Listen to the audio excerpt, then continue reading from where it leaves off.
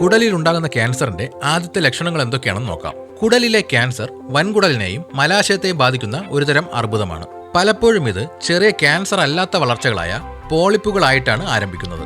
കാലക്രമേണ ഈ പോളിപ്പുകൾ ക്യാൻസറായി മാറിയേക്കാം. അതുകൊണ്ട് നേരത്തെയുള്ള തിരിച്ചറിയലും പ്രതിരോധ നടപടികളും നിർണായകമാണ്.